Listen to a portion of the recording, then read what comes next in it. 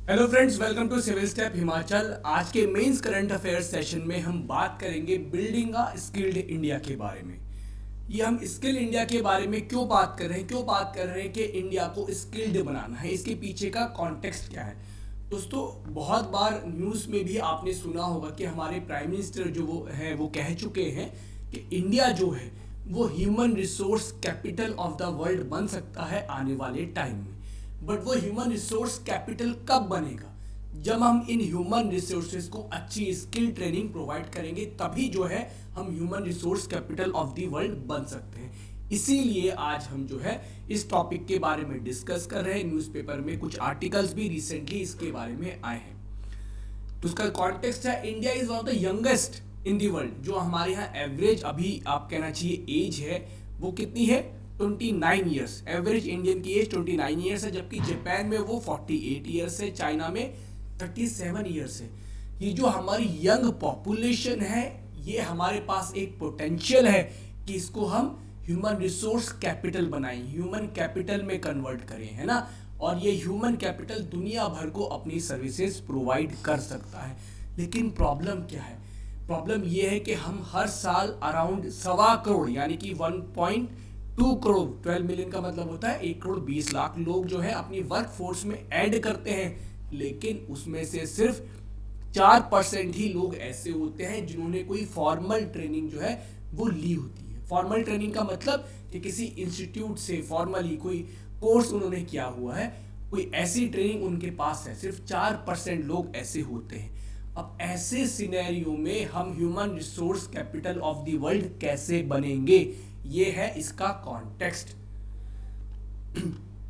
सबसे पहले बात करते हैं कि इंडिया का ह्यूमन रिसोर्स सिनेरियो क्या है।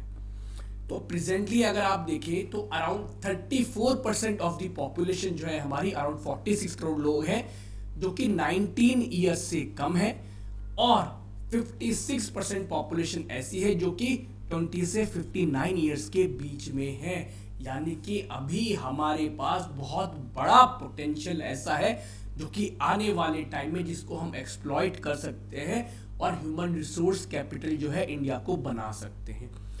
ओवर दी नेक्स्ट 2 डिकेड्स, आने वाले अगले 20 साल में जो इंडस्ट्रियलाइज्ड कंट्रीज हैं, जो डेवलप्ड कंट्रीज है, वहां पे लेबर फोर्स डिक्लाइन करेगी बाय 4%, और इंडिया में ये लेबर फोर्स इंक्रीज करेगी बाय 20%। तो एक तरफ तो दुनिया भर में लेबर की कमी होगी, स्किल्ड लेबर की, और दूसरी तरफ इंडिया में उस वक्त लेबर जो है वो इंक्रीज हो रही होगी। तो इंडिया पूरी दुनिया को वो लेबर प्रोवाइड कर सकता है। हमारे पास ऐसे ह्यूमन रिसोर्स सिचुएशन है करंटली, जिसको हम अगर ठीक से एक्सप्लॉइट करें तो हम human resource capital of the world बन सकते हैं। अगर आप बात करें status of skilling in India की, क्या आज के दिन पर क्या स्टेटस है स्किलिंग के लिए, तो अगर आप national policy on skill development और एंटरप्रेन्योरशिप की रिपोर्ट है उसके हिसाब से सिर्फ 4.7% of the total workforce in India had undergone formal skill training. सिर्फ 4% लोग ही अराउंड ऐसे हैं जिन्होंने कोई फॉर्मल स्किल ट्रेनिंग ली है। यूएसए में 52% लेबर फोर्स ऐसी है जिसके पास फॉर्मल ट्रेनिंग है, जापान में 80%, और साउथ कोरिया में तो 96% लेबर फोर्स ऐसी है जिसके पास कोई फॉर्मल स्किल ट्रेनिंग है। नेशनल स्किल डेवलपमेंट कॉरपोरेशन कहती है कि हमें लगभग 11 करोड़ और स्किल्ड लेबर की जरूरत पड़ेगी इन 24 की sectors by the end of 2022। यानी कि 2022 के आखिर तक आते आते हमें 11 crore additional skilled man power चाहिए अक्रॉस 24 सेक्टर्स। तो आप देखिए कि इंडिया में ही कितनी ज़्यादा ज़रूरत है स्किल्ड मैन पावर की, और दुनिया भर में भी हम उसको ये मैन पावर सप्लाई कर सकते हैं। लेकिन करंटली जो हमारे हालात हैं वो अच्छे नहीं है, स्किलिंग की जो सिचुएशन है वो अच्छी नहीं। तो क्या सरकार हाथ पे हाथ रख करके बैठी है? नहीं, ऐसा बिल्कुल भी नहीं है। सरकार की तरफ से बहुत सारे इनिशिएटिव्स चलाए गए हैं फॉर स्किलिंग। वो क्या है वो देख लेते हैं। सबसे पहला है establishment of training institutes. There are more than 15,000 training ITIs हैं, इंडस्ट्रियल ट्रेनिंग इंस्टीट्यूट्स, जो कि स्किल ट्रेनिंग प्रोवाइड करते हैं। एक बहुत बड़ा नेटवर्क जो है हमने इनका बनाया है। प्रधानमंत्री कौशल विकास योजना ये सरकार की फ्लैगशिप स्कीम है जो कि 2015 में लॉन्च हुई थी और 2015 से लेकर अब तक के इसने लगभग 1 करोड़ जो वर्क फोर्स है उसको स्किल ट्रेनिंग जो है वो प्रोवाइड करी है। संकल्प एंड स्ट्राइव ये भी गवर्नमेंट की स्कीम्स है फॉर स्किल डेवलपमेंट। संकल्प जो है वो ध्यान देती है कि डिस्ट्रिक्ट लेवल पर जो स्किलिंग इकोसिस्टम है उसको कैसे इंप्रूव किया जाए, और जो स्ट्राइव स्कीम है ये किया इसका ऑब्जेक्टिव है कि जो परफॉर्मेंस है आईटीआईज का ये उसको इम्प्रूव करना चाहते हैं कि आईटीआईज का जो परफॉर्मेंस है कि जिस तरह की वो स्किल्स प्रोवाइड कर रहे हैं उसके बाद लोगों की प्लेसमेंट होती है कि नहीं होती है, तो उनके परफॉर्मेंस को इम्प्रूव करना चाहते हैं। और जो संकल्प स्कीम है वो डिस्ट्रिक्ट लेवल पे पूरा इकोसिस्टम कैसा है स्किलिंग का, कौन प्रोवाइड करता है, क्या करिकुलम देखते हैं, वो सब चीज़ों के बारे में संकल्प जो है वो कोशिश कर रहा है कि उसको इम्प्रूव किया जाए। इनिशिएटिव्स फ्रॉम सेवरल मिनिस्ट्रीज, सिर्फ मिनिस्ट्री ऑफ स्किल डेवलपमेंट ही काम नहीं कर रही है स्किल डेवलपमेंट के ऊपर, बल्कि सरकार की 20 से ज़्यादा मिनिस्ट्रीज और डिपार्टमेंट्स लगभग 40 तरह के स्किल डेवलपमेंट प्रोग्राम्स चला रहे हैं। और 2015 से अब तक ये करीब करीब 4 करोड़ यूथ को स्किल ट्रेनिंग दे चुके हैं। तो 20 से ज़्यादा मिनिस्ट्रीज और डिपार्टमेंट्स 40 से ज़्यादा प्रोग्राम चला रहे हैं और 4 करोड़ लोगों को स्किल ट्रेनिंग दे चुके हैं। Mandatory CSR spending on skilling, जो कॉर्पोरेट सोशल रेस्पॉन्सिबिलिटी है, CSR is corporate social responsibility, जो कि मैंडेट की गई है अंडर द कंपनीज एक्ट 2013 कि जिसमें कंपनीज को अपने प्रॉफिट का कुछ हिस्सा जो है वो किस तरह के सोशल वेलफेयर मेजर्स में स्पेंड करना है। तो उसमें स्किलिंग के लिए क्या कर दिया गया है, मैंडेटरी कि आपको कुछ खर्चा स्किलिंग के लिए करना ही होगा।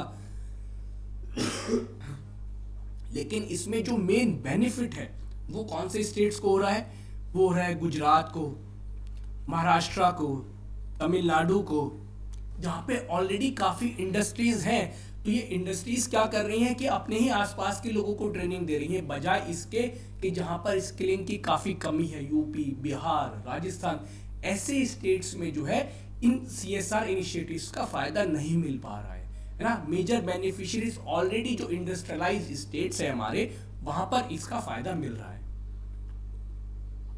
तेजस initiative for skilling training for Emirates jobs and skills, जो लोग यूनाइटेड अरब एमिरेट्स जाते हैं इंडिया से, तो उनको पहले से ही हम कुछ फॉर्मल स्किल्स, कुछ फॉर्मल ट्रेनिंग जो है दे रहे हैं, सो दैट वो वहाँ पर जाकर यूएई में अच्छा उनको जॉब मिल सके। क्योंकि यूएई या सऊदी जब लोग जाते हैं तो वहाँ से रेमिटेंस भेजते हैं, है ना। तो जो हमारी जो लेबर जो है वो बाहर जा रही है, उसको स्किल करना चाहते हैं, उसको ट्रेनिंग देना चाहते हैं, उसके लिए ये तेजस इनिशिएटिव आया है।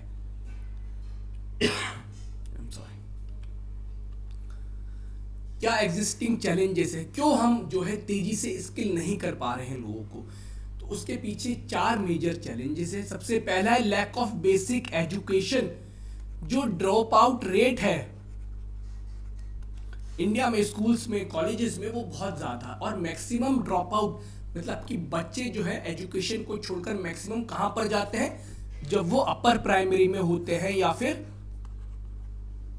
सेकेंडरी एजुकेशन जब वो ले रहे होते हैं, तब वो जो है सबसे ज़्यादा बच्चे जो है अपनी एजुकेशन को बीच में ही छोड़कर चले जाते हैं। जब तक बच्चों के पास एक बेसिक एजुकेशन नहीं होगी, जब तक चीज़ों को समझने की एक बेसिक अंडरस्टैंडिंग, बेसिक उनके पास नॉलेज नहीं होगी, तब तक उनको स्किल देना जो है वो थोड़ा डिफिकल्ट होगा। तो इसलिए ज़रूरी है कि हम जो ये ड्रॉप आउट रेट है इसको कम करें। Second is lack of focus on upskilling and reskilling. अब हमारा फोकस क्या है कि स्किल करिए लेबर को, स्किल करिए लेबर को, लेकिन बहुत सारी जो ऑलरेडी स्किल्ड लेबर है उसकी वो स्किल्स आज काम की नहीं रह गई हैं, क्योंकि जो टेक्नोलॉजी है बहुत तेज़ी से चेंज हो रही है ना। आए दिन नई टेक्नोलॉजी आती जाती है, कोई नई सेक्टर डेवलप हो रहे हैं, तो हमें उनके लिए स्किल करना है लोगों को। जिन लोगों की स्किल्स पुरानी हो चुकी है, पुरानी टेक्नोलॉजी पे काम करते थे, उनको री स्किल करना है, उनको अप स्किल करना है कि वो और ज़्यादा बेहतर जो है वो सीख सके। इनसफिशिएंट ट्रेनिंग फैसिलिटीज, अब हम इंडिया में बात कर रहे हैं कि हमारे पास 15,000 से ज़्यादा ITIs हैं। चाइना में आपको पता है कितने ऐसे ट्रेनिंग इंस्टीट्यूट्स हैं, मोर देन 5 लाख। कहाँ 15,000 और कहाँ 5 लाख। यही नहीं, इंडिया में बहुत सारे ऐसे सेक्टर्स हैं जहाँ पर कि हमारे पास अच्छी ट्रेनिंग इंस्टीट्यूट्स नहीं है, जैसे कि लॉजिस्टिक्स सेक्टर है, हेल्थ सेक्टर है, कंस्ट्रक्शन है, हॉस्पिटैलिटी है।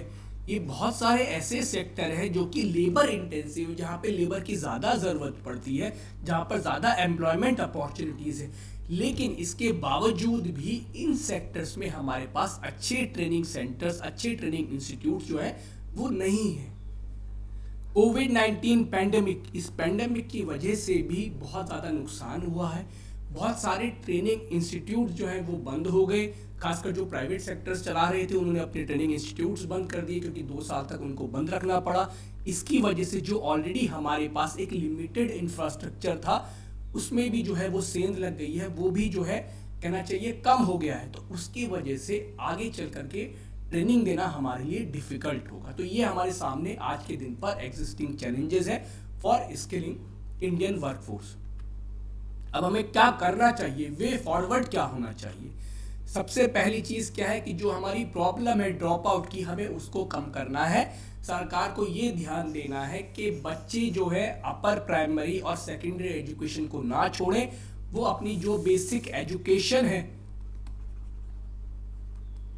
वो उसको कंप्लीट करें। Second is incorporate up skilling. जो भी आपके स्किल डेवलपमेंट प्रोग्राम्स हैं उसमें उनका एक हिस्सा ये जरूर होना चाहिए कि हम अपनी एग्जिस्टिंग जो स्किल्ड लेबर फोर्स है उसको कैसे अप स्किल करें, उसको कैसे री स्किल करा जाए। Involving corporate sector, corporate sector को इन्वॉल्व करना बहुत जरूरी है, चाहे वो करिकुलम के डिजाइन में हो, चाहे वो ट्रेनिंग इम्पार्ट करने के लिए हो, चाहे वो वेरिफिकेशन के लिए हो। हर जगह जो है आपको कॉर्पोरेट सेक्टर को इन्वॉल्व करना होगा, क्योंकि आप किसके लिए लेबर फोर्स तैयार कर रहे हैं, इन्हीं कॉर्पोरेट सेक्टर के लिए। तो जो इंडस्ट्री रेलेवेंट स्किल्स हैं वो जो है हमें लोगों को प्रोवाइड करनी है। तो इसलिए आपको कॉर्पोरेट सेक्टर को इन्वॉल्व करना बहुत ज़रूरी है कि किस तरह की स्किल्स दी जानी चाहिए, क्या मेथोडोलॉजी होनी चाहिए, कैसे आप वेरीफाई करेंगे कि उन्होंने स्किल वो हासिल कर ली। इस सब के लिए आपको कॉर्पोरेट सेक्टर को इन्वॉल्व करना ज़रूरी है, तभी जो सरकार का आत्मनिर्भर भारत अभियान है उसको हम पूरा कर पाएंगे।